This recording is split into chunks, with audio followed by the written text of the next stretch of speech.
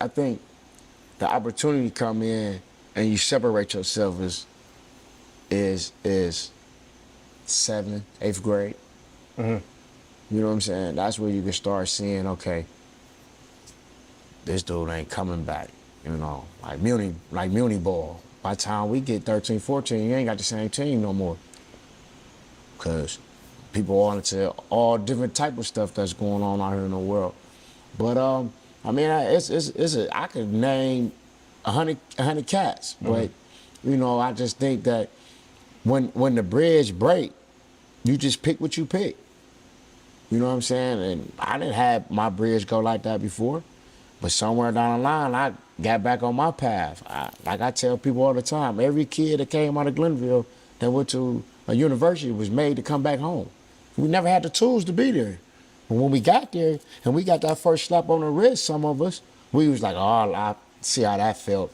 I don't want to go back and get one of them. And then another one was like, well, I'm going to try that again. I'm going to try that again until your slaps get you out. You get what I'm saying? Right. So I think that's more of the journey is, you know, once you see your thing break, what do I do to get back on track? And 9 times out of 10, what you see people do is once they break, they stay where they at. So they get with the friends they ain't doing what you doing. They get with the people who ain't doing what you doing. You get what I'm saying? So then you already know, okay, it's still my dude. Still love you, but you over there now.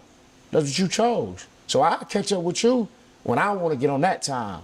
You get what I'm saying? But until then, I'm going to go over here and stay on this and hope that I stay over here and one day you wake up and come get back on my track.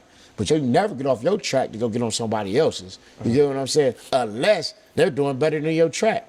You get what I'm saying? But if they ain't doing better than your track, you stay in your lane, and eventually he'll veer back over and get on with you. Or you gonna stay over there? And there ain't nothing wrong with it. You just, hey, how you doing? He gonna get you with the, hey, how you doing? Then once he wake up, it's gonna be a couple years later, he gonna be like, damn, you was showing me everything. You was doing everything. I should have just been with you. And that's just how it goes. There ain't really nothing I can really be like, hey, man, because ain't nobody living no perfect life. I can't tell him not to do it, and then I'm going to turn around and do it. Like, you know what I'm saying? Like, you got to be real with yourself. So the best thing that I always have done was just move like I was supposed to move when I was supposed to move. I always hung out. I was a class clown. You know what I'm saying? But as soon as that teacher came in and said, hey, man, don't do that no more, I ain't doing no more. I might have moved to another area, but I ain't gonna mess with that no more. Yeah, You get what I'm saying? right. I mean, that's what life is about. You know what I'm saying? So it's just what it is. Like, so I just think once my best friend said all the time, like, we walked in one day at Speed and Strength, and it was me, Brian, Rasul. We was right here. We used to work out every day together. And one day, my dude was like, well, you working out over here. And my best friend Brian said all the time, he said, once you went over there, we seen a whole different type of guy.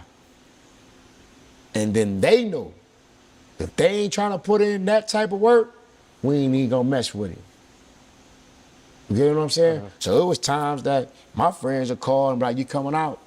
I'm like, no, man, I got a track meet in the morning. Or Pop said, I can't go to that party. You know what I'm saying? So sometimes me not going to the party help them not go to the party. You get what I'm saying? Right.